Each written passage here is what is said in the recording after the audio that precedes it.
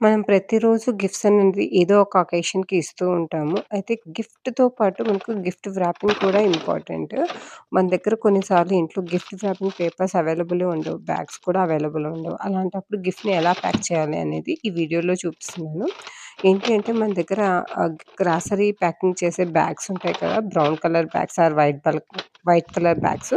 ఆ బ్యాగ్స్ తీసుకొని మీ గిఫ్ట్‌ని దాంట్లో ప్లేస్ చేసేసి ఓపెన్ పార్ట్ ఉంటుంది కదా! ఆ పార్ట్‌ని ఇలా నేను వీడియోలో చూపించినట్టు ఒక ఫోల్డింగ్ ముందుకి, వెనక్కి ఫ్యాన్ ఫోల్డింగ్ అంటారు దీన్ని. అలా చేసేసి ఎక్సెస్ మొత్తాన్ని అలా ఫోల్డ్ చేసుకొని స్టాప్లర్‌తో స్టాపులు వేసేసుకోండి. మీ దగ్గరైనా ఏదైనా స్టిక్కర్ ఉంటే పెట్టాలి అనుకుంటే థాంక్ యూ స్టిక్కర్ కానీ, లేదు అంటే ఆహ్, నేమ్ స్టిక్కర్ కానీ అవన్నీ పెట్టేసి దానికొక చిన్న నేనైతే జూట్ రోప్‌తో ప్యాక్ చేశాను. మీ దగ్గర ఏదైనా బ్లూ కలర్ కానీ, పింక్ కలర్ కానీ రిబ్బన్స్ ఉంటాయి. ఆ రిబ్బన్స్‌తో ప్యాక్ చేస్తే ఇంకా కలర్‌ఫుల్‌గా ఉంటుంది.